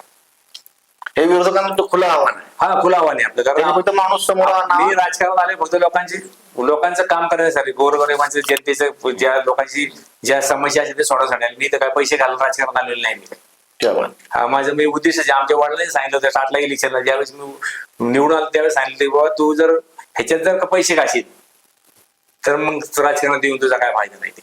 ते वडिलांच्या ह्याला मी अजून सुद्धा ते कटिबद्ध आहे की मी राजकारण ह्यासाठीच करतो लोकांची सेवा झाली पण लोकांची ज्या समस्या आहेत त्या सुटल्या पाहिजे सगळ्या काय असेल त्या. म्हणजे राजकारण हे काम करण्याचं साधन आहे, कमाईचं साधन नाही. हा वडिलांनी दिलेला मंत्र आहे तो तुम्ही आजही जपताय. आता हे माझं आहे पण काही लोकांचं साधन हे म्हणजे राजकारण म्हणजे काय काहींचं आता पैसे काय साधन आहे असे काही काही लोकांचे असे. पण माझं साधन आहे की मी लोकांची सेवा करण्यासाठी राजकारण चालली. क्या बात क्या बात. आणि ह्यानंतर आता हे सगळ्या बाकीचे आता ठराविक आणि जी छोटी मोठी गरज आली यांना झाली यांना आपण कनेक्शन दिलं, कॉलनी कनेक्शन दिलं. त्यानंतर नंतर सोसायटीला पाण्याची चंचल होती ना, सोसायटीचे लोक काही का आमच्याकडे येऊ लागले बाबा की आम्हाला कसं आम्ही हे काम केलं पाहिजे सोसायटीवाल्यांना थोडं थोडं कळायला लागलं. मग त्यांना आम्ही काय केलं आता आमच्या सोसायटीत पहिले अजिबात संबंध पण होते कारण पूर्वी बीजेपीच्या आमदार असल्यामुळं इथं सगळं बीजेपी वातावरण झालं होतं. सोसायटीचे बऱ्यापैकी शक्यतो इतर राज्यातले असतात त्यामुळे इथं सगळं बीजेपी आम्हाला सोसायटीत वाचून सुद्धा आम्हाला ओळखत नव्हता की हा कोण आहे म्हणून. त्या काळात म्हणजे असं त्या काळात आम्ही या पाण्याच्या माध्यमातून आम्हाला म्हणजे आमदारांनी जेवढं आम्हाला सहकार्य केलं त्या पाणी पुरवठा आमदार झाले आमचे अजितदादा पवार यांच्या माध्यमातून पाणी योजना झाली, ह्याच्यामुळे आम्हाला एवढं याचा मोठा फायदा झाला की आम्हाला लोकांच्या सोसायटी लोकांच्या दारात जाता लोकांना लोकांच्या दारात जाऊन काम करायला आम्हाला. अण्णा, मुख्यमंत्री पेयजल योजनेच्या माध्यमातून सर्वसामान्य गृहिणीची किंवा महिला भगिनींची पाण्याची अडचण तर नक्कीच मिटली आहे, पण त्या सोसायटी म्हणून जो काही एक संघटित घटक आहे तर त्यांचा आणखी काही वेगळा फायदा झालाय का? सोसायटी म्हणजे आमच्या तसं बघायला गेलं तर अख्ख्या पूर्ण मांजरी गावात आपल्या ह्या भागातच जास्त मोठ्या सोसायटी आहेत. सोलापूर हवेच्या दोन्ही बाजूनी जवळजवळ मायामध्ये 25 ते 30 ते 40 सोसायटी असेल मोठ्या मोठ्या सोसायटी. त्यांना जवळजवळ महिन्याला 2 लाखाचं, 5 लाखाचं पाणी लागायचं. मग वर्षा काठी 10, 12, 15, 20 लाखाचे पाणी लागायचे. तर त्या पाण्याचे ते पाणी लागायचे त्यांना ज्या नळ कनेक्शन आम्ही त्याला दिलं, मग त्याला लायझनिंग प्लंबर लागायचं. त्याला लायझनिंग प्लंबर जर आपण केला असता तर त्याला 1 इंची कनेक्शनसाठी 70,000 रुपये लायझनिंग फी द्यायला लागायची. तर काही सोसायटीला 2-2, 3-3 इंची जर 2-3 इंची जर धरलं तर 7-21, मग 2,10,000 रुपये. मग काय प्लंबरचा खर्च लायझनिंगचा नुसता लायझनिंगचा खर्च आला आणि परत तुमचं नळ कनेक्शन जोडसाठी त्याचा वेगळा खर्च असतो. कनेक्शन मागा माझ्या 7-8 मला 1 इंची का अर्धा इंची कनेक्शन येते, असं त्यांचा खर्च येतो. तर ते 2-2-2.5 लाख रुपये ते सुद्धा आम्ही सोसायटीचे वाचवले. तुम्हाला जर तसं वाटलं तुम्ही काही सोसायटीला जाऊन सुद्धा विचारू शकता की बाबा तुमचे पैसे वाचलेत का नाही वाचले. मग त्यांचे आम्ही जवळजवळ वर्षाकाठी हे लायझनिंगचे तर वाचवलेत, वर्षाकाठी त्यांचा खर्च आम्ही जवळजवळ निम्म्यावरती आणलेला आहे. पाणी टँकरनी जे पाणी त्याचं हे करायचं ते त्याचा खर्च वाचला किंवा सोसायटीमध्ये. त्यामुळे आमच्या आता सोसायटीमध्ये सुद्धा आमच्या कनेक्टिव्हिटी तेवढी मोठ्या प्रमाणात वाढलेली. आता सोसायटी लोक आता जरी पाणी नाही आलं तरी मी असेल माझ्या बरोबर करणारे काही लोक आहेत त्याला फोन करून सांगतो बा आम्हाला आज पाणी आलं नाही, उद्या पाणी आलं नाही, किंवा आज झालं नाही, किंवा पुढे काय झालं हे आम्हाला समस्या स्वतःहून सांगायला लागलं. ते सोसायटी आमचा काही संबंध असेल सुद्धा ह्या पाण्यामुळे आमचे एवढे त्याचे संबंध गणेश झाले. मुख्यमंत्री पेयजल योजनेच्या माध्यमातून गृहिणींचा पाण्याचा प्रश्न सुटला, सोसायट्यांचा आर्थिक ताण कमी झाला, पण एक पक्ष म्हणून, एक राजकीय कार्यकर्ता म्हणून या सगळ्या कामाचा काही तुम्हाला फायदा झालाय का? हे आम्ही सोसायटी आम्ही ह्या मुख्यमंत्री विलेज ज्या लोकांपर्यंत पोहोचला, आम्ही लोकांना घरोघरी आम्ही नळ कनेक्शन दिले म्हणजे ज्याच्या प्रत्येक घराघरात सोसायटीत. त्यामुळे ह्या इलेक्शनचा आम्हाला आमदारकीच्या इलेक्शनला एवढा मोठा फायदा झाला की आजपर्यंत म्हणजे एवढं मताधिक्य कधी राष्ट्रवादीला या भागातून मिळालं नव्हतं. आमच्या माझ्या गावातून वरती तेवढं मताधिक्य ह्या माया प्रभागातून सुद्धा आम्ही 2 वार्डमध्ये आम्ही 22-11 जवळजवळ मताधिक्य लीड देऊ शकलो, आमदारला मताधिक्य देऊ शकलो. ह्या मुख्यमंत्री पेज एवढा आम्हाला फायदा झाला मी त्याचा की एवढं मी आम्ही लोकांच्या पर्यंत पोहोचलो. त्यामुळे आम्हाला त्यामुळे तुमचा लोकांची कामं करण्याचा विश्वास आणखी दृढ झाला. 100% दृढ. लोकांची आपण जर लोकांची काळजी घेतली, लोक आपली काळजी घेतात. ते क्या बात. तर अतिशय छान असा हा तुमचा प्रवास आहे, रोचक प्रवास आहे, रोमांचक प्रवास आहे. चढउतार आहेत, यश अपयश आहे, हार पराजय आहे, राजकीय षडयंत्र आहेत, लोकांचं तुमच्यावरचं प्रेम आहे, लोकांनी तुमच्यासाठी रडणं आहे, लोकांनी तुमच्या घरी येऊन तुमच्याबद्दलचे चांगले भावना व्यक्त करणं आहे, किंवा सीमाताईंजवळ येऊन आपली कृतज्ञता व्यक्त करणं, या सगळ्या गोष्टींचा हा जो प्रवास आहे हा तुमचा एकूणच राजकीय कारकिर्दीचा पट उलगडून दाखवणार आहे. अण्णा, आजकालच्या या डिजिटल युगामध्ये सोशल मीडियाच्या दररोजच्या दैनंदिन वापरामध्ये प्रत्येक पुढारी छोट्यातल्या छोट्या कामाची सुद्धा मोठी जाहिरात करताना दिसतो, बॅनरबाजी करताना दिसतो, रील्स बनवताना दिसतो, फोटोशूट करताना दिसतो. तुम्ही तर एवढा मोठा राजकीय प्रवास केलाय, एवढं मोठं राजकारण केलंय, एवढी मोठी विकास कामं केलीत, पण तुमचा बॅनर कुठेच दिसत नाही किंवा सोशल मीडियाला तुम्ही काय फार ऍक्टिव्ह आहेत असं वाटत नाही. माझा मुळातच म्हणजे सोशल मीडिया वगैरे याच्यावरती जास्त फोकस नसतो, कारण मी लोकांच्या दारादारात जाऊन काम करणार माणूस आहे. आणि माझं जर हेच बघायचं असेल तुम्हाला किंवा मी काय काम करतो ते मी ज्या ऑफिसमध्ये गेलो महानगरपालिकेच्या, लष्कर असू द्या किंवा कॉर्पोरेशन, त्या CCTV फुटेजमध्ये जर तुम्ही जर चेक केलं तर मी तिथे किती वेळा तिथे गेलोय हे लोकांना ते समजेल. मी आणि सोशल मीडिया मी आज काय राजकारणात आज नाही, मी जवळजवळ 2002 सालापासून मी राजकारणात आहे. त्यामुळे मला मी जरा वेगळ्या विचारायचं आहे. त्यामुळे आजकालचे लोक काय करतात, थोडं आपलं काही एखादं हे केलं त्याच्या पाठी लगेच कॅमेरावर घेऊन की त्याची लगेच सोशल मीडियावरती त्याची हे करतात. पण मी आणि आता सध्या जे काही युग कसं आले की इलेक्शन आलं की काम करायचं. इलेक्शन आलं की 1 महिना 2 महिने झाले की असं का इलेक्शन आलं की 2 महिने काम करायचं, बाबा हे केलं ते केलं, कुणाचे काय करायचे ही कामं दाखवायची ती, आणि त्याच्यात थोडं काम केलं की लगेच ते सोशल मीडियावर टाकायचे. अण्णा, तुम्ही असं म्हणालात की आजकालचे राजकारणी हे सीझन पुरते किंवा हे निवडणूक आल्यानंतर फोटोशूट करतात, इव्हेंट्स करतात, त्याची बॅनरबाजी जाहिरातबाजी करतात. पण तुमची नेमकी काय पद्धत आहे? काम करण्याची पद्धत नेमकी काय आहे? काम करण्याची पद्धत मी 2002 पासून जसं राजकारण झाले तसं कामच करतोय. आज थांबलेलंच नाही मी असं. मी काही इलेक्शन आला म्हणून फक्त 2 महिने 4 महिने काम करावं नाही. एकच तुम्हाला जर जिवंत उदाहरण द्यायचं झालं तर आमच्या इथे चिलाई मंदिरापासून ते मोरवस्तीपर्यंत जो आमदार फंडातून जो रस्ता कॉन्क्रीटीकरण झाला, सकाळी 11 वाजता काम झालं तर पहाटे 5 वाजेपर्यंत त्याच्यावर पहाटे 5 वाजेपर्यंत थांबून काम करून घेतलेले. त्याचे माझ्या आता सुद्धा फोटो पण मी सोशल मीडियावरती कधी अपलोड केले नाही किंवा काय केलं नाही की सोशल मीडिया हे करायचं, ते मला ते जमत पण नाही तिथे. आणि मी लोकांच्या दारादारात काय तिथे लोकांना तुम्ही विचारू पण शकता की बाबा अण्णांनी काय काम केले. लोक सांगतात, मला सांगायची गरज नाही काम अण्णांनी काय केले. लोक सांगतात की अण्णांनी हे काम केले, कारण मला सांगायची गरज पडत नाही. मला पुढे मीडियाच्या पुढे जाऊन सांगायची पण वेळ आली नाही आतापर्यंत की बाबा मी हे काम केले ते काम केले. मी कधी फोटो शूट करू किंवा बॅनर ह्याच्यावर माझा विश्वास नाही. आणि इथून पुढेही मी असंच काम करत राहणार आहे. लोकांच्या दारादारात जाऊन लोकांचे काम करणार आहे. त्यांचं कधीही रात्री 12ला फोन येऊ द्या, 11ला फोन येऊ द्या, कधी 11 वाजता 12 वाजता 2 वाजता रात्री जरी फोन आला तरी मी त्यांना 100% उपलब्ध असणार आहे. अण्णा, तुमच्या बोलण्यातून, तुमच्या संवादातून तुमची कामाची पद्धत लक्षात येते, लोकांसोबतची जवळीक लक्षात येते, लोकांच्या समस्या सोडवण्यासंदर्भातली बांधिलकी लक्षात येते. पण त्याच वेळी तुम्ही परखडपणे असंही सांगताय की जाहिरातबाजीवर माझा विश्वास नाही, सोशल मीडियाच्या मी आहारी जाणारा पुढारी नाही. मग असं सगळं असताना तुम्ही आज या स्टुडिओमध्ये येताय, एक मुलाखत देताय आणि सोशल मीडियाच्या समोर जाताय, काय सांगा? म्हणजे आजकालचा जमाना काय झाला माहिती का, इलेक्शन आले की काम करायचं. 2-4 महिने इलेक्शन आले काम करायचं. मग मला पण असं वाटलं की आपण आजपर्यंत एवढं काम केलंय, आता हे लोकांच्या बरोबर मांडलं पाहिजे. नाही तर आपण जर मांडलं तर आपलं आता आपण इथे ह्या भागात काम करतो, आता प्रभाग मोठा झालेला आहे.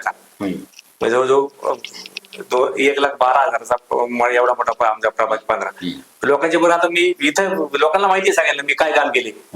आता हे लोकांच्या बरोबर पोहोचण्यासाठी मला आता आज तुमच्या स्टुडिओमध्ये येऊन सोशल मीडियावर सांगायला लागतं की मी आजचा इथून मागचा माझा जीवन प्रवास कसा झालाय, त्यासाठी मी सोशल मीडियावरती आज आलोय आणि हे सांगतोय मी की बाबा मी असं ही कामं केलेली आहेत. म्हणजे इथं येणं हा जाहिरातीचा भाग नसून लोकांशी संवाद साधणं, लोकांची माझ्या कथा आणि व्यथा सांगणं, हीच भूमिका आजच्या मुलाखतीमध्ये असं अण्णांचं स्पष्ट मत आहे. हा, थोडक्यात काय तर राष्ट्रवादीचा एक सच्चा कार्यकर्ता, शरद पवारांचा एक तळमळीचा अजित पवार आहेत बरोबर. आजची मुलाखत ही जाहिरातीचा भाग नसून मी आजपर्यंत केलेल्या राजकीय संघर्षाची कथा आणि व्यथा, सर्वसामान्य माणसांच्या सोडवलेल्या प्रश्नांची जी काही माझी पद्धत आहे, या सगळ्या गोष्टी माझ्या माणसांपर्यंत पोहोचवणं, त्यांच्याशी संवाद साधणं, यासाठीचा हा सगळा विषय आहे. हे स्पष्ट मत अण्णांनी ते सांगितलंय. अतिशय दीर्घ असणारा हा राजकीय संघर्षाचा प्रवास, लोकांच्या समस्या सोडवणारा हा पुढारी आज त्याच विश्वासानं, त्याच ताकदीनं प्रभाग क्रमांक 15 मध्ये सर्वसाधारण महिला या आरक्षणावर त्यांच्या सौभाग्यवती सौ सीमाताई या उमेदवार म्हणून पुढे येत आहेत, त्यांच्या माध्यमातून या विकासाची कामं पुढे होत जाणार आहेत. तर सीमाताई, मला तुम्हाला विचारायला एक प्रश्न फार आवडेल की या संधीकडे तुम्ही कशा प्रकारे बघताय, किंवा ही जबाबदारी आहे असं वाटतंय का? जबाबदारीत आहे, पण ही जबाबदारी मी पुढे नेणार. जसे माझे मिस्टर जेव्हा मी मिस्टरांच्या पाठीमागे होते, तसे आता मिस्टर माझ्या पाठीमागे थांबतात आणि मी आता तुम्ही लीड करणार आहात. आता मी लीड करत असताना प्रभागासाठी नेमकं कशा प्रकारचं काम पुढे घ्यायचं, डोक्यात काही आहे, नियोजन आहे, विजन आहे? हो, कुठल्या गोष्टींवर प्रकर्षाने फोकस करणार आहात? महिलांसाठी मी म्हणजे कामगार योजनेमध्ये काय असं किंवा त्यांना रोजगारमध्ये काय असं, असं काय महिलांचे भरपूर प्रॉब्लेम असतात, त्याच्यामध्ये त्यांना मी सहकार्य. अण्णांचा जो काही काम करण्याचा जो पॅटर्न आहे, त्याची काम करण्याची जी पद्धत आहे, ती सगळी पुढे घेऊन जात असतानाच महिला असतील किंवा कुटुंब असेल किंवा महिलांची सुरक्षितता असेल, आरोग्य असेल, पाणी पुरवठा असतील, या सगळ्या गोष्टींवर प्रकर्षानं काम करू आणि हा वारसा पुढे घेऊन जाऊ, हा विश्वास सीमाताई आपल्याला देत आहे. सीमाताई, आता या येणाऱ्या आगामी निवडणुकीमध्ये तुम्हाला उमेदवारीची संधी मिळणार आहे. तुम्ही विजयी होऊ शकणार आहात, तुमच्या हाती या प्रभागाचं नेतृत्व येणार आहे, तर या प्रभागातल्या समस्या असतील किंवा ती सगळी कामं असतील, या संदर्भात तुमचं विजन काय? महानगरपालिका येऊन बराच काळ गेलेला आहे. हं. मग आता जो काळ पुढे येणार आहे त्याच्यात मी प्रभागातली कामे जी मागे राहिलेली आहे ना ती मी प्रामाणिकपणे सोडवण्याचा प्रयत्न करेन. या दोनही कार्यकर्त्यांना किंवा या दंपत्याला मला या येणाऱ्या निवडणुकीसाठी शुभेच्छा देताना फार आनंद होतोय. का तर ही माणसं तळमळीने काम करणारी माणसं आहेत. ही माणसं सर्वसामान्यांच्या समस्याशी अगदी अंतकटातून जोडली गेलेली माणसं आहेत. या माणसांनी राजकारणातले सगळे चढउतार अनुभवलेले आहेत. या माणसांनी राजकारणातले सगळे चटके सहन केलेले आहेत. तरीही या माणसांची सर्वसामान्यांच्या विकासाची बांधिलकी कायम आहे. रॉयल मीडियाच्या सुज्ञ, सुशील आणि सुजाण प्रेक्षकांना आज आपल्या स्टुडिओमध्ये सुधीर अण्णा घुले आणि सौभाग्यवती सीमाताई घुले या दाम्पत्याचं आपण स्वागत केलं. त्यांचा एकूणच राजकीय प्रवास समजून घेतला, त्यांचा राजकीय संघर्ष समजून घेतला आणि त्यांचं भविष्यातलं राजकारण आणि विकास कारणातलं व्हिजन देखील समजून घेतलं. रॉयल मीडियाच्या प्रेक्षकांकडून आणि रॉयल मीडिया न्यूजच्या माध्यमातून आम्ही तुम्हाला मनपूर्वक शुभेच्छा देतो आणि तुमच्या हातून सर्वोत्तम राष्ट्रकार्य घडो असा आम्ही तुम्हाला देखील शुभेच्छा देतो. धन्यवाद. धन्यवाद.